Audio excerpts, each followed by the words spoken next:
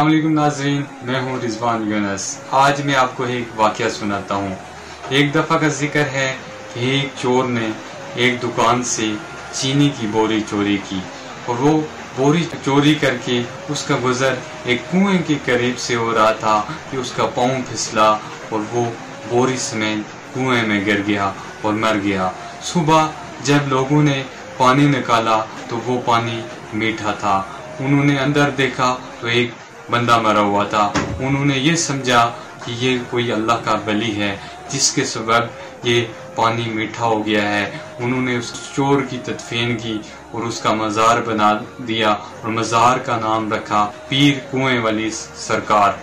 آج بھی کئی لوگ اس مزار پر اپنی حاجات مانگنے کے لیے آتے ہیں۔